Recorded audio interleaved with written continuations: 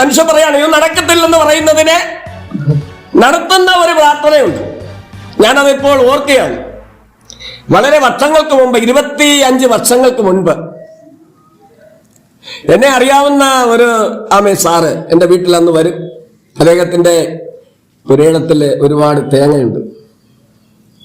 ഈ തേങ്ങയൊക്കെ അദ്ദേഹം പൊതിച്ച്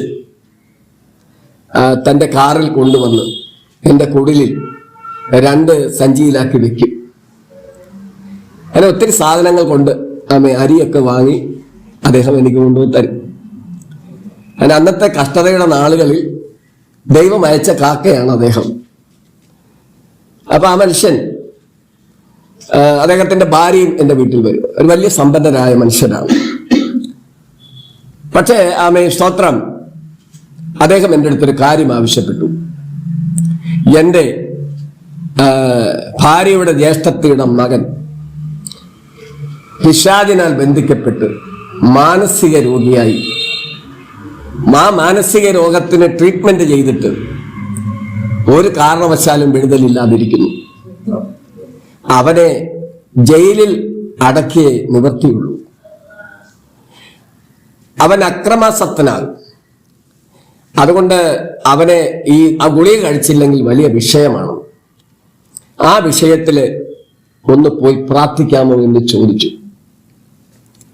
ഞാൻ ആ വിഷയത്തിൽ ദൈവത്തോട് ചോദിക്കുമ്പോൾ അടക്കപ്പെട്ട അവന്റെ ജീവിതത്തിന്റെ ആ 22 വയസ്സുള്ള ആ പൈതലിന്റെ ജീവിതത്തിന്റെ വാതിലുകൾ, അവന്റെ മുമ്പിൽ എല്ലാ വാതിലും അടഞ്ഞിരിക്കുകയാണ്. ഇനി അവനെ കൊണ്ടൊരു പ്രയോജനവുമില്ല.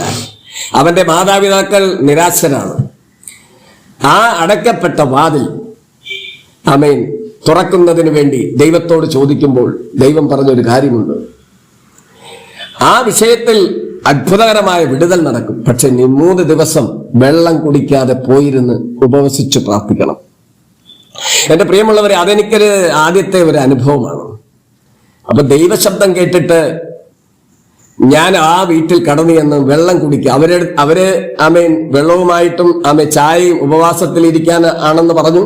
അവർ വിചാരിച്ചത് ഭക്ഷണം കഴിക്കും, അല്ലെങ്കിൽ വൈകുന്നേരം കഴിക്കും, അല്ലെങ്കിൽ എന്തെങ്കിലും ചായ കുടിക്കും എന്നൊക്കെയാണ് അവർ വിചാരിച്ചത്.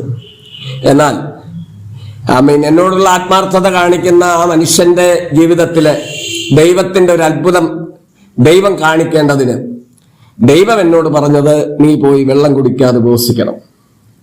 നമ്മൾ വെള്ളം കുടിക്കാതെ ഒരു വിഷയത്തിൽ ഉപവസിച്ചാൽ അത് പെട്ടെന്ന് നമ്മുടെ മുൻപാകെ അത് വെളിപ്പെടുവാനിടയാകും. അവിടെ ചെന്നിരുന്നപ്പോൾ അവിടുത്തെ അവര് പ്രൊഫസറായിരുന്നു. ആ ആന്റി എൻ്റെ അടുത്ത് പറഞ്ഞത്, മോനെ, നീ വെള്ളം കുടിക്കാതിരുന്നാൽ അതെങ്ങനെ നടക്കും?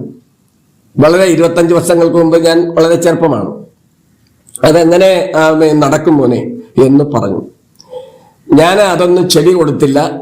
അവരുടെ ഒരു തുള്ളി വെള്ളവും വാങ്ങിയില്ല, കുടിച്ചില്ല. രാത്രി ആരും കാണാതെ കുടിക്കട്ടെ എന്ന് കരുതി അവര് കൊണ്ടുവന്ന് വെള്ളം തിളപ്പിച്ച് എൻ്റെ അടുക്കൽ വെക്കുമായിരുന്നു.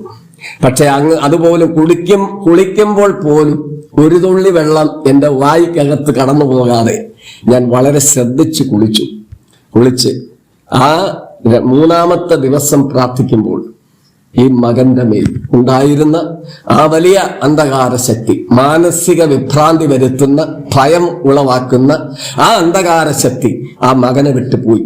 അവൻ ആകാശത്തേക്ക് ഉയർന്ന് ചെന്ന് ആ ബിൽഡിങ്ങിന്റെ അതിലിടിച്ച് താഴെ വന്ന് കമഴ്ന്നു വീണു. എല്ലാവരും ഭയപ്പെട്ടു പോയി. ആ കമഴ്ന്നു വീണ സ്ഥലത്ത് നുരയും പതയും വന്ന് പിടച്ച് ഇവൻ മരിക്കുകയാണോ എന്ന് ചിന്തിക്കുവാനിടയായി എല്ലാവരും. അക്ഷരാർത്ഥത്തിൽ ഞാനും ഭയപ്പെട്ടുവെങ്കിലും ദൈവത്തിന് സ്തോത്രം, ദൈവത്തിന്റെ ഒരു സമാധാനം എൻ്റെ ഉള്ളിലേക്ക് വന്നു. ആ മകൻ പിന്നെ എണീറ്റ് വരുന്നത് സൗഖ്യത്തോടെയാണ്.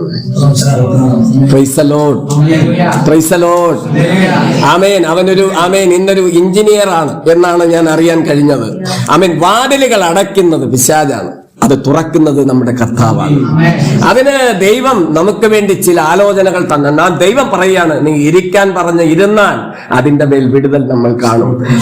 എന്റെ ജീവിതത്തില് ഒരു വിടുതൽ എനിക്ക് വേണം എന്ന് ആഗ്രഹിച്ച് ഇത്തരം ദൈവിക ശബ്ദത്തിന്റെ മുൻപാകെ ദൈവ പാദപീഠത്തിൽ ഇരുന്നാൽ നിശ്ചയമായും ദൈവം ദൂതനെ അയക്കും, നിന്റെ മുൻപിൽ വിടുതൽ വെളിപ്പെടുവാനിടയായി തീരും. സ്തോത്രം.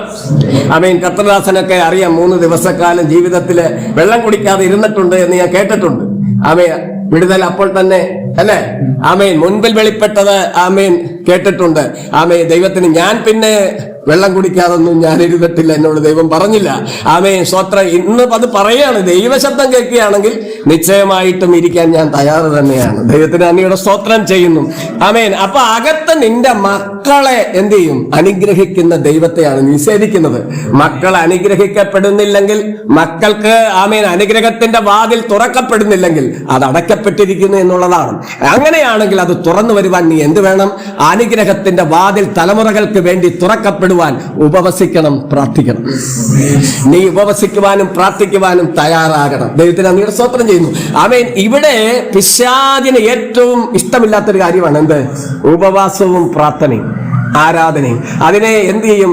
ആമേ പലതുകൊണ്ടും അതിനെ ആമേ തള്ളിക്കളയും, തിരസ്കരിച്ച് കളയുവാൻ പിശാച് പലപ്പോഴും എഴുന്നേൽക്കുവാൻ ഇടയായിത്തീരും. സ്തോത്രം. ഉപവസിക്കാൻ സമ്മതിക്കത്തില്ല. സ്തോത്രം. ഞാനൊരു സ്ഥലത്ത് ചെന്നപ്പോൾ അവിടെ ഉപവാസമാണ്, പക്ഷെ അവരെ അടിച്ച് ഉച്ചയ്ക്ക് കുടിക്കുന്നത് ജ്യൂസാണ്. എന്ത് ജ്യൂസാണ്? മാംഗോ ജ്യൂസ് ഉണ്ട്, ആമേ ഫ്രൂട്ട്സിന്റെ എല്ലാ ജ്യൂസുമാണ്. ഞാൻ പറഞ്ഞു ഇതൊരു ഉപവാസമല്ല. ഇതിന് ഉപവാസമെന്ന് നമുക്ക് പറയുവാൻ കഴിയുകയില്ല. ആമേൻ. അല്ലെങ്കിൽ ഉപവാസമാണെന്ന് പറഞ്ഞ് നമ്മളൊരു 4 ചായ 5 ചായ കുടിച്ചാൽ എത്ര പാല് നമ്മുടെ ഉള്ളിൽ കിടക്കും? ആമേൻ. അതിന് ഉപവാസം എന്ന് പറയാൻ കഴിയത്തില്ല. ആമേൻ. ഉപവസിക്കുമ്പോൾ അതിൻ്റെതായ നിലവാരത്തിൽ നമ്മൾ ഉപവസിച്ച് പ്രാർത്ഥിച്ചാൽ അതിന്റെ വിടുതൽ നമുക്ക് വരുവാനായിട്ട് ഇടയായി തീരും. സ്തോത്രം. ദൈവത്തിന് നന്ദിയുടെ സ്തോത്രം. ആമേൻ. അപ്പൊ തലമുറകൾക്ക് വേണ്ടി ഒരു വാതിൽ ദൈവം എന്ത് ചെയ്യും? തുറന്നു തരും. എന്ത് ചെയ്യണം? തലമുറകളുടെ അനുഗ്രഹങ്ങൾ അടയപ്പെട്ടെങ്കിൽ നീ തലമുറകളുടെ അനുഗ്രഹത്തിന് വേണ്ടി എന്ത് ചെയ്യണം? ഉപവസിച്ച് പ്രാർത്ഥിക്കുവാൻ തയ്യാറാകണം. അങ്ങനെ വരുമ്പോൾ നിന്റെ തലമുറ അനുഗ്രഹിക്കപ്പെടുന്നത് ആ അടയപ്പെട്ട വാതിൽ, തലമുറകളുടെ മുൻപാകെ അടയപ്പെട്ട വാതിൽ തുറക്കപ്പെടുന്നത് കാണുവാൻ ഇടയായിത്തീരും. ആ വിഷയത്തെ മാത്രം കോൺസെൻട്രേറ്റ് ചെയ്ത് നീ ഉപവസിച്ച് പ്രാർത്ഥിക്കുവാൻ തയ്യാറാകണം. ദൈവത്തിന് അങ്ങയുടെ സ്തോത്രം ചെയ്യുന്നു.